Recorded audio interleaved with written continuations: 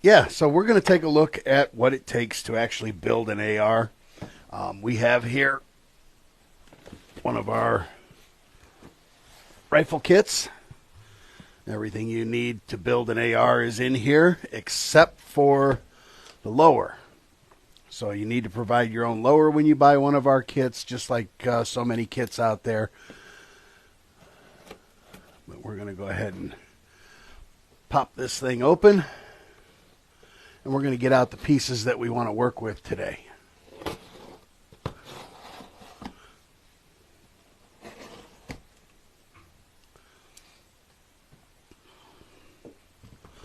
So the first thing we're going to do today is we're going to start working with the upper receiver, because I don't have a lower receiver with me here today. My lower receivers are on order, and they're supposed to be delivered to the gun shop on Wednesday. So let's see what we've got here. We've got our upper receiver. We've got our bolt carrier group. We've got our upper parts kit. And we've got our charging handle. Those are the things we're going to work with here today. And then next week, we'll finish out the rest of the upper receiver. So let's take a look at what we got here.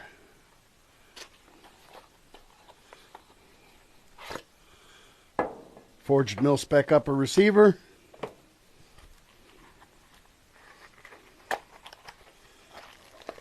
An upper parts kit that includes a forward assist and a dust cover.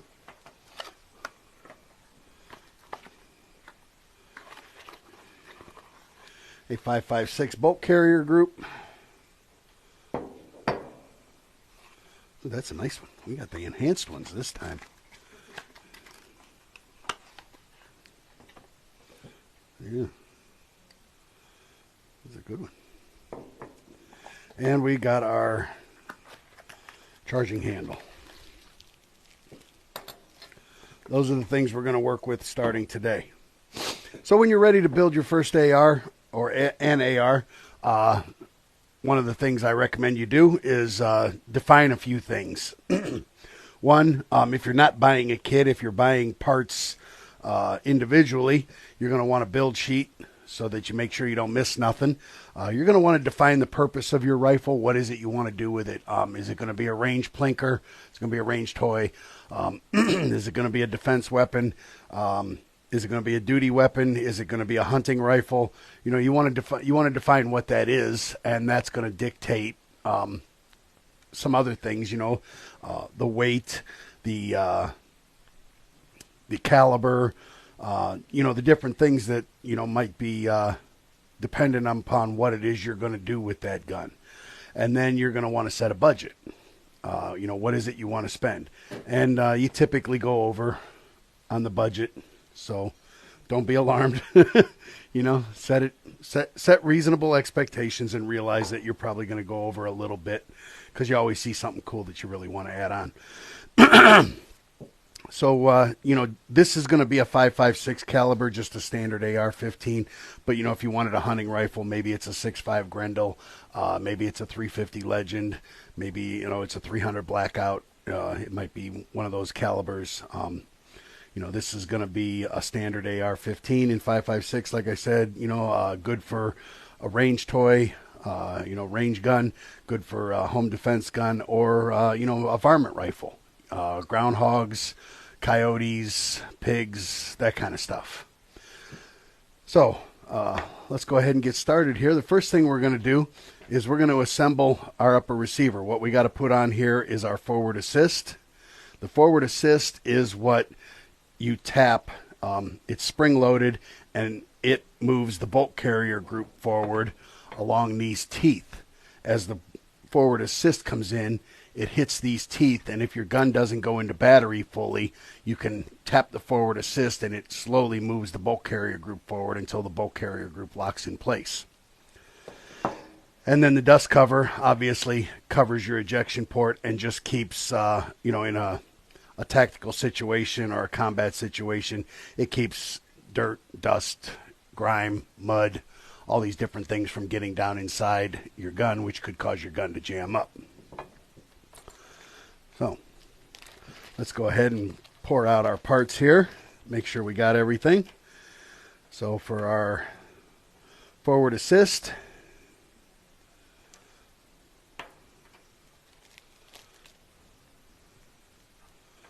we have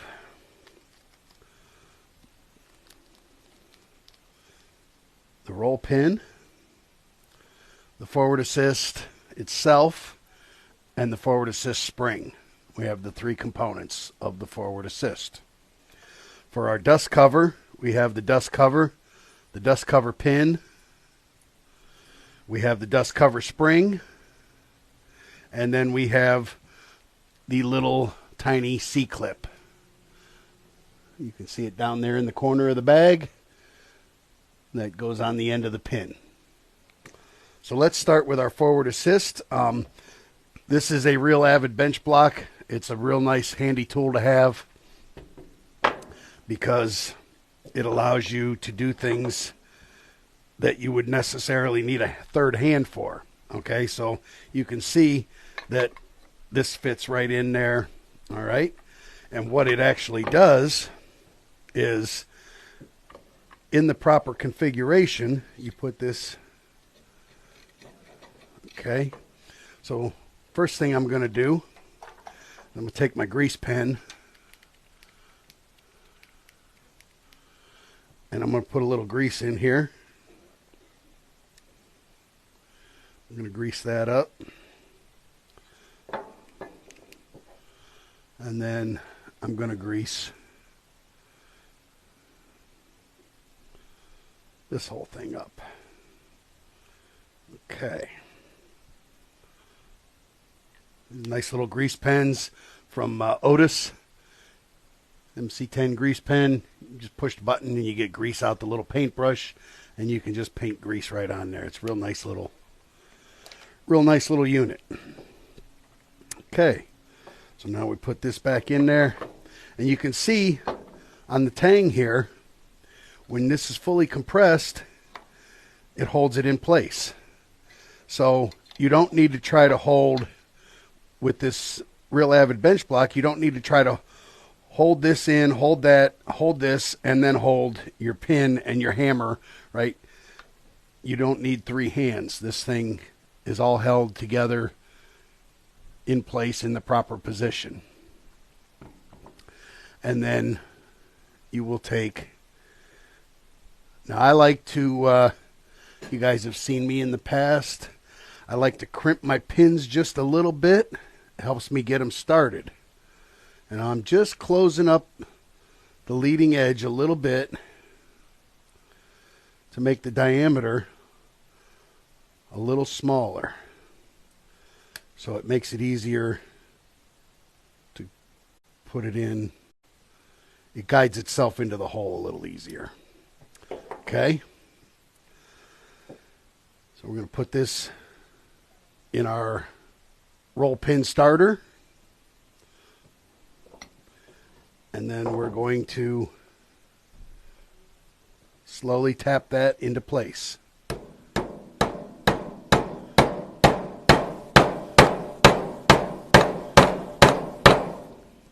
Till it's just about seated. Then we're going to take our pin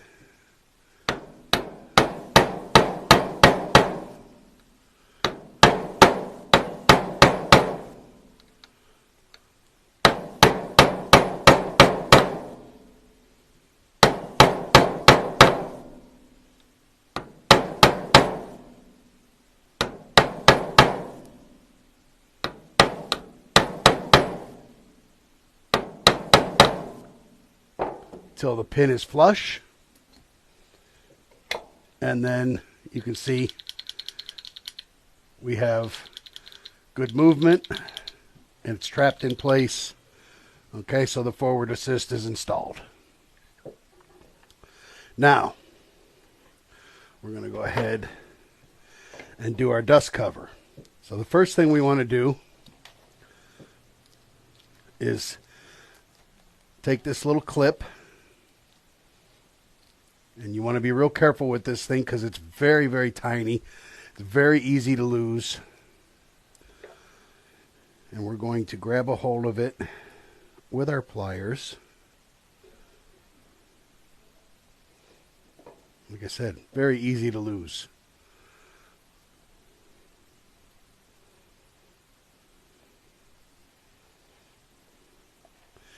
And we're going to install that.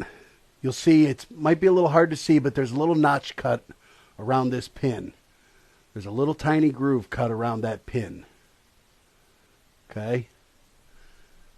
And that's this little tiny clip goes in that groove.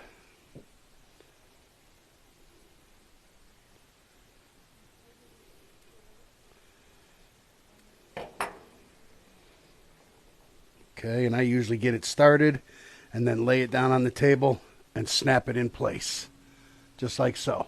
And you can see, if you want to zoom in there, Myra, you can now see that that's clip is now installed on the end of that pin. Yeah, it does help to have a white towel down so that if you drop little things, you can see them. Okay, now what we need to do is get this started. You're going to stick the pin through the hole in the upper receiver.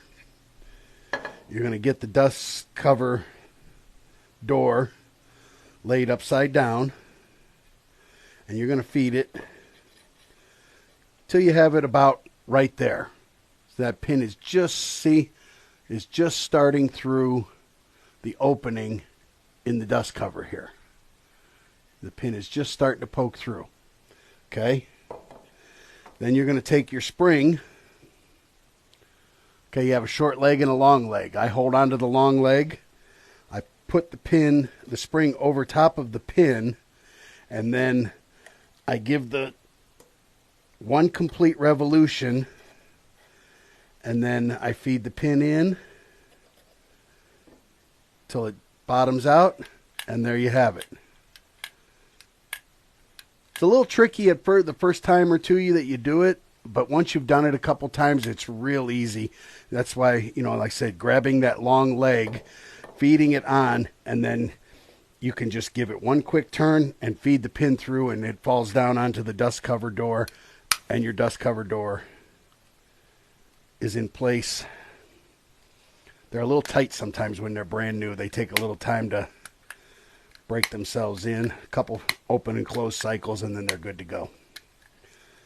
Okay, and that's the dust cover.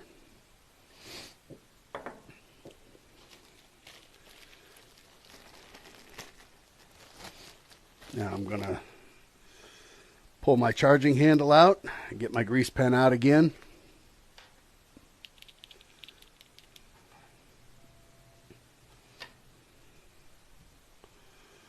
Put a little grease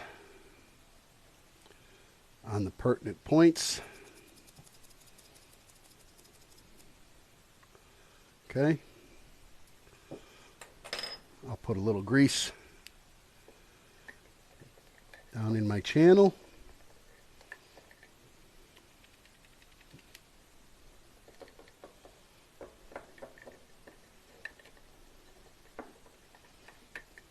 Okay.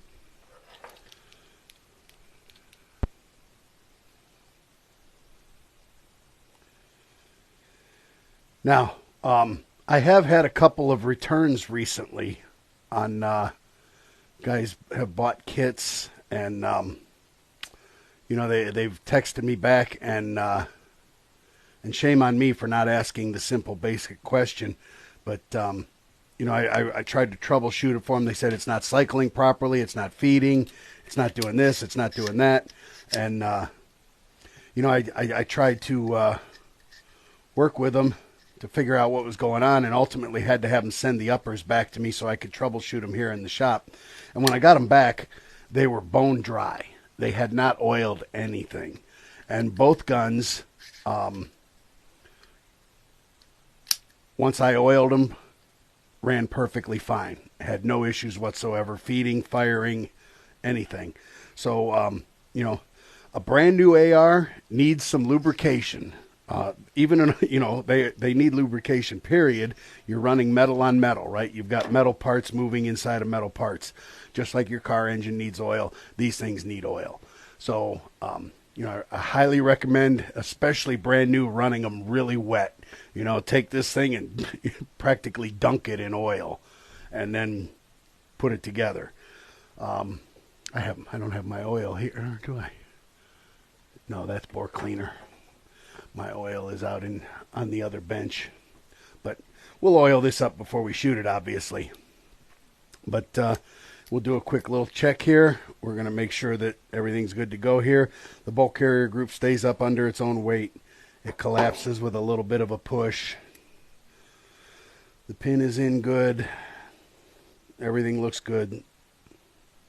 Doesn't appear to be any issues. The ejector and extractor look good. You would expect, because it's brand new, that everything would be good, but you never know. And then when I'm installing these, right, and you have to, right, you have to pull the pin. You want to pull the bolt face out all the way and get this, see the cam pin? You want the cam pin underneath the gas key so that it slides in the channel that it's supposed to slide in. If this is like this, it's not going to go in. Okay, if the bolt face is compressed, you're not going to be able to get the bolt in there. You have to pull the bolt face forward and get that pin centered, get the cam pin centered to the bolt carrier group so it rides in the channel, and then it slides right in place. Okay?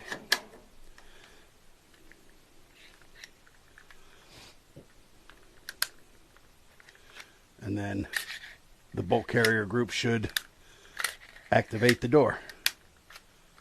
And it does. Okay.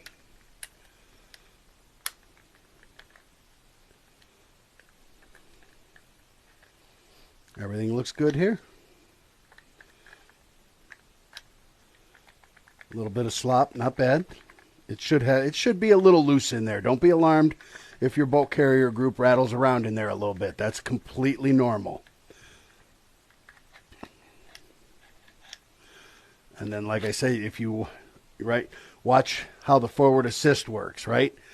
See how the bolt carrier group is in the rearward position, right? As you push this, see how it pushes the bolt carrier group forward? This is how your forward assist works. Every push of that pushes the bolt carrier group forward a little bit more. So if your gun isn't going completely into battery, say it's stopping right there, you need 1 or 2 quick hits on it. Now, if that's happening on a consistent basis, you've got other issues. You've got something wrong. You don't have enough lubrication for the parts to mesh. Something might be wrong with your bolt face. Maybe you got a key broken. Maybe your gas key is hitting your gas tube. There's all kinds of things that could be going on if your gun is not going completely into battery. If it happens once and you got to hit the forward assist, it's one thing. But if it's happening on a consistent basis, you have a deeper issue that you need to look into. I hardly ever use my forward assist. The only time I really use it, and Russ could probably tell you this too, us that hunt with our ARs, if I'm going out in the woods and I want to be quiet and I'm loading my gun, I will allow the bolt carrier to ride. I won't let it slam shut because I don't want to make a lot of noise. Okay, so I'll let it ride forward, and maybe it won't completely go into battery because I'm not allowing it to slam shut, and that's when I'll need to hit the forward assist once or twice to lock it into battery. But that's about the only time I ever use my forward assist, is when I'm trying to be quiet and load the gun quietly, and I ride the bolt carrier group down into battery. Okay.